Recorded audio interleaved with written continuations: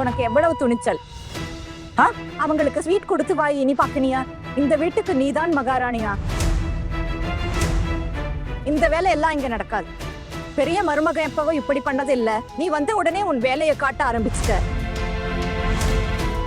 நான் இப்போ என்ன தப்பு பண்ணியாத்த? நீங்க எதுக்கு இப்போ என்ன திட்டுறீங்க? நான் அவங்க கிட்ட ஏதாவது சாப்பிடுறீங்களான்னு தான் கேட்டேன். அவங்க சாப்பிடுறேன்னு சொன்னாங்க, அதான் கொடுக்க வேண்டியதா போச்சு. உன்னை யாரு கேட்க சொன்னது? ஸ்வீட்ஸ் உங்க அம்மா வீட்ல இருந்து கொண்டு வந்தியா? ஆமாங்க, கொஞ்சம் ஸ்வீட்ஸா என்னோட பிறந்த வீட்டுல இருந்து சீரா கொடுத்தாங்க இல்லையா, அதுதான் எடுத்து கொடுத்தேன்னு நினைச்சுக்கோங்க. எவ்வளவு தைரியம் உனக்கு? எங்களையே இப்படி தப்பா பேசுறியா நீ? இல்ல சின்ன அத்தை, நான் ஒண்ணும் உங்ககிட்ட தப்பா பேசல. நீங்க தானே கேள்வி கேட்டீங்க, அந்த கேள்விக்கு பதில் மட்டும் தான் சொன்னேன். வாய மூடு அஹானா. பெரியவங்க கிட்ட எதுக்கு பதிலுக்கு பதில் பேசுற? பெரியவங்க கிட்ட எதுக்கு எதிர்த்து பேசுற? நாங்க எப்போவாவது ஏதாவது பேசுறோமா? தெரியாம எதையாச்சும் சொல்லிட்டா கூட சாயந்தரம் நம்ம வீட்டு ஆளுங்க வீட்டுக்கு வந்தாங்கன்னா நிஜமாவே சொல்றேன், ரொம்ப அதிகமா திட்டு விழும். ஆமா அஹானா, ப்ளீஸ் மன்னிப்பு கேளு. மன்னிப்பா? அக்கா, ஆனா நான் என்ன தப்பு பண்ணேன்னு இவங்க கிட்ட மன்னிப்பு கேட்கணும். பாருங்க, இப்பவும் எதிர்த்து பேசுறான். அத்தை, நான் நிஜமாவே ஏதாச்சும் தப்பு பண்ணேனா? விருந்தாளிங்க ஏதாவது சாப்பிட கேட்டா நான் எப்படி அவங்க கிட்ட இல்லைன்னு சொல்றது? உன் பிச்சைக்கார பிறந்த வீட்டுல இந்த ஸ்வீட் மட்டும் தான் கொடுத்தாங்க. அங்க இருந்து கொஞ்சம் ஸ்வீட் கொண்டு வந்த உடனே எடுத்து கொடுக்கற. ஆமா அத்தை, நாங்க ஏழைங்க தான். எங்க அம்மா தனியா இருக்காங்க, அதனால அவங்களால என்ன முடிஞ்சதோ அதை அவங்க செஞ்சாங்க. அப்படியே இருந்தாலும் ஒருத்தருக்கு முன்னாடி அவங்க அம்மாவை இப்படி பிச்சைக்காரின்னு சொல்லக்கூடாது. நீங்க யாரும் கவலைப்படாதீங்க, எங்க அம்மா உங்களுக்கு தர வேண்டிய சீர்புடவைங்களை ரெடி பண்ணிடுவாங்க. எங்களுக்கு நீ பண்ற பெரிய உபகாரமா இருக்கும். உன்னோட குடும்பம் எப்படிப்பட்டதுன்னு எல்லாருக்கும் தெரியும். அவளை விடுங்க பெரியாத்த. அவ இப்போ என்ன தப்பு பண்ணான்னு நான் அவளுக்கு புரிய வைக்கிறேன். இனிமே அவ உங்களை கேட்காம எதுவும் பண்ண மாட்டா, சரிதானே? இவ குடும்பத்துல என் பையனுக்கு கல்யாணம் பண்ணி வச்சது நான் பண்ண பெரிய தப்பு. இப்போ கல்யாணமும் முடிஞ்சிருச்சு. என்ன ஏத்துக்கிறது தவிர இப்போ உங்களால வேற என்ன பண்ண முடியும்? பாத்தீங்களா பெரிய அண்ணி இப்பவும் எப்படி எதிர்த்து பேசுறான்னு? அட தாக்கூர் அண்ணி, இவ வளர்ப்பு சரியில்லை, அதான் நம்ம கிட்ட இப்படி பேசுறா. அர்ஜுன் வரட்டும் இப்போ.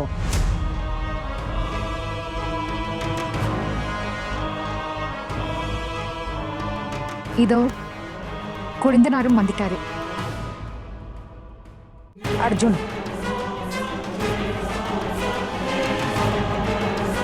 என்னாச்சுமா? நீ உன் பொண்டாட்டிக்கு புரியவை.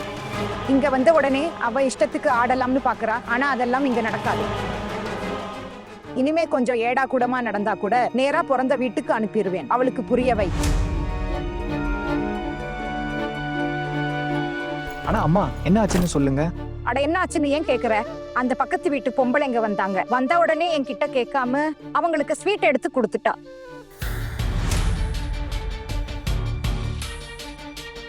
அஹானா, நீங்க இப்படி பண்ண அண்ணிங்க கூட இப்படி பண்ண மாட்டாங்க. அவங்க என்ன பார்க்க வந்தாங்க. நான் மரியாதைக்காக மட்டும்தான் அவங்க கிட்ட ஏதாவது சாப்பிடுறீங்களான்னு கேட்டேன். அவங்க சாப்பிடுறேன்னு சொன்னாங்க. வீட்டுல ஸ்வீட் இருந்தது, அதான் கொடுத்தேன். வெறும் ஒரு ஸ்வீட் மட்டும்தான் கொடுத்தேன். ஆனா இதுல என்ன அவ்வளோ பெரிய விஷயம் இருக்கு? இதுக்காக நான் இவ்வளோ பேச்ச கேட்கணுமா? இந்த வீட்டுல விருந்தாளிகளுக்கு எதுவும் கொடுக்க மாட்டாங்களா? உன் பொண்டாட்டி பேசுறத கேட்டல்ல? அஹானா, அம்மா எப்படி சொல்றாங்களோ அப்படித்தான் நாங்க எல்லாரும் நடக்கணும். எவ்வளவு கஷ்டப்பட்டு இந்த குடும்பத்தை நான் நடத்துறேன். ஆனா உன் பொண்டாட்டி வந்த உடனே எல்லாத்தையுமே கெடுத்துட்டா. அட இவ எப்படி நம்ம வீட்டை பொறுப்பா நடத்துவா? இன்னும் வரல, அதுக்குள்ள ஆரம்பிச்சுட்டா. ஐயோ கடவுளே கடவுளே. அம்மா அம்மா, நான் சொல்றத கொஞ்சம் கேளுங்க. அஹானாக்கு நம்ம வீட்டோட பழக்க வழக்கம் பத்தி தெரியல. பரவாயில்ல, அவ தெரியாம பண்ணிட்டா. இனிமே அவ பண்ண மாட்டா. அஹானா, இனிமே நீ எந்த வேலை செய்யறதுக்கு முன்னாடியும் அம்மா கிட்ட ஒரு தடவை கேட்டுட்டு செய். நம்ம வீட்டுல எல்லாரும் அப்படித்தான் பண்றாங்க. பிசி மோனி சித்தியும் கூட அப்படித்தான் பண்றாங்க. நான் உன்கிட்ட இருந்து இதை தான் எதிர்பார்க்கறேன். இது உன்னால செய்ய முடியும் தானே? அப்படின்னா என் இஷ்டத்துக்கு யாருக்கும் ஒரு ஸ்வீட் கூட கொடுக்க முடியாதா?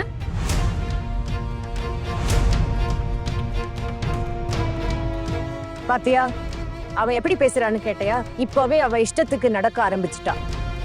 சொன்னேன்ல, நாங்க அத்தைகிட்ட கேட்காம எந்த வேலையும் செய்ய மாட்டோம். அதனால நீயும் இனிமே நம்ம அத்தைகிட்ட கேட்காம எதுவும் செய்யக்கூடாது, சரியா? அஹானா, அம்மா இப்போதான் உன்கிட்ட எல்லா தெளிவா சொன்னாங்கல்ல, உனக்கு இன்னும் அது புரியலையா? நீ படிச்ச பொண்ணு தானே, உனக்கு இவ்வளோ கூட புரியலையா? அஹானா, அம்மாவுக்கு எதிராக இந்த வீட்டில் எதுவும் நடக்காது. இந்த வீட்டில் எல்லாருமே அம்மா பேச்சை கேட்கணும், நீயும் அவங்க பேச்சை கேட்டு தான் ஆகணும். உன் பிறந்த வீட்டில் எல்லாமே உன் இஷ்டப்படி தான் நடந்திருக்கும், புரியுது. ஆனால் அஹானா அதே மாதிரி இங்கே இருக்க முடியாது. இங்கே நீ அம்மா பேச்சை கேட்டு தான் ஆகணும். நான் உன்கிட்ட இருந்து இதை தான் எதிர்பார்க்குறேன். உன்னால் இது செய்ய முடியும்ல? இவளை இந்த வீட்டுக்கு ஏத்த மாதிரி எப்படி மாத்துறதுன்னே புரியல. இங்க இருக்கிற 3 மருமகளுங்கள்ல யாரும் இன்னைக்கு வரைக்கும் இப்படி எதிர்த்து பேசினது இல்ல. அதான் சொன்னேன், படிச்ச மருமக வீட்டுக்கு வேண்டாம்னு. இப்ப பாத்தியா என்ன ஆச்சுன்னு? இந்த பொண்ணுங்களுக்கு அறிவு கம்மி, ஆனா வாய் தான் ஜாஸ்தி. பாத்தியா அர்ஜுன் எப்படி அன்னிக்கிட்ட எதிர்த்து பேசுறான்னு?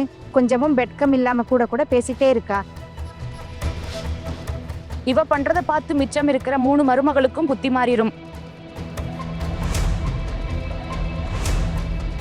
அர்ஜுன், இப்படிப்பட்ட மருமகளையா வீட்டுக்கு கூட்டிட்டு வந்த? சித்தி, நீங்க ஏன் இப்போ என் மேல பழி போடுறீங்க? ஆனா இதை தெரியாம பண்ணிட்டா இனிமே இப்படி எல்லாம் தப்பு பண்ண மாட்டா. ஏன் இந்த விஷயத்தை பெருசு பண்றீங்கன்னு எனக்கு புரியல. இப்ப உனக்கும் வருத்தமா இருக்கோ? இப்பதான் புரியுது நீ ஏன் ஆபீஸ்ல இருந்து இவ்வளவு சீக்கிரம் வந்தேன்னு. அம்மா, நான் எப்பவும் இந்த நேரத்துக்கு தான் வருவேன். இன்னைக்கு 10 நிமிஷம் முன்னாடியே பஸ் கிடைச்சிருச்சு, அதான் சீக்கிரம் வந்துட்டேன். பஸ் சீக்கிரம் கிடைச்சிருச்சா? இல்ல பொண்டாட்டி முகத்தை சீக்கிரம் பார்க்கணும்னு வந்தியா? ஒரு விஷயத்தை தெளிவா சொல்லிடுறேன் அர்ஜுன், இந்த பொண்ணு இந்த வீட்டுல இருக்கணும்னா இவளுக்கு ட்ரைனிங் கொடுக்கணும். நீ ப்ரொமோஷனுக்காக எக்ஸாம் எழுதணும், அதுல பாஸ் ஆகலைன்னா ப்ரொமோஷன் கிடைக்காது, அப்புறம் உனக்கு சம்பளமும் ஏறாது. அதனால எக்ஸாம்ல பாஸ் ஆகுறது தான் முக்கியம். உன் பொண்டாட்டி வாழ்நாள் முழுக்க இங்க தான் இருக்க போறா, ஆனா உனக்கு ப்ரமோஷன் வாய்ப்பு மறுபடியும் வராது. அதனால நீயும் உன் பொண்டாட்டியும் இன்னையில இருந்து தனித்தனியா தான் இருக்கணும்.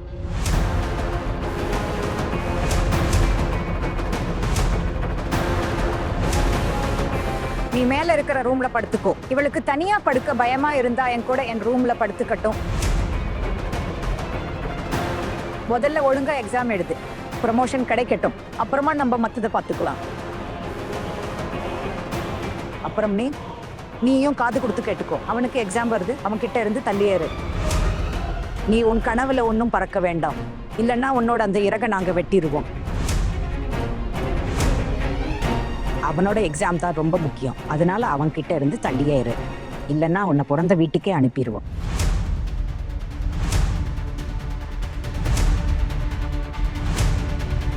இல்ல அத்தை, ப்ளீஸ் என் பிறந்த வீட்டுக்கு என்ன அனுப்புறத பத்தி மட்டும் பேசாதீங்க. உங்களுக்கு என்ன சொல்லணுமோ அதை என்கிட்ட சொல்லுங்க அத்தை. எங்க அம்மா ரொம்ப கஷ்டப்பட்டு தான் எனக்கு கல்யாணம் பண்ணி வச்சிருக்காங்க. நான் அவ்வளவு சீக்கிரமா என்னோட பிறந்த வீட்டுக்கு போக மாட்டேன். நான் இங்க மட்டும் தான் இருப்பேன். எனக்கு எங்க கல்யாணம் நடந்திருக்குன்னா எனக்கான உரிமையும் இங்க தான் இருக்கு. என்னோட உரிமையை விட்டுட்டு நான் என்னோட பிறந்த வீட்டுக்கு கண்டிப்பா போக மாட்டேன்.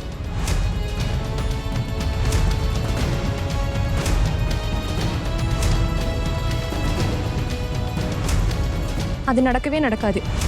நீங்க நிறைய தடவை என்ன என் பிறந்த வீட்டுக்கு அனுப்புறத பத்தி பேசிட்டீங்க அத்தை. ஆனா இப்போவாச்சும் உங்களுக்கு புரிஞ்சிருக்கும்ல, எனக்குன்னு இப்போ பிறந்த வீடு எதுவும் இல்லை. ஒருவேளை நிஜமாவே எனக்குன்னு ஒரு வீடு இருந்திருந்தா, ஒரு ஆதரவு இருந்திருந்தா,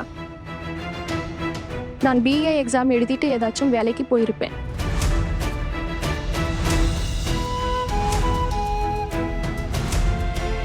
இப்படி அவசரமா இந்த கல்யாணத்தை பண்ணியிருக்க மாட்டேன்.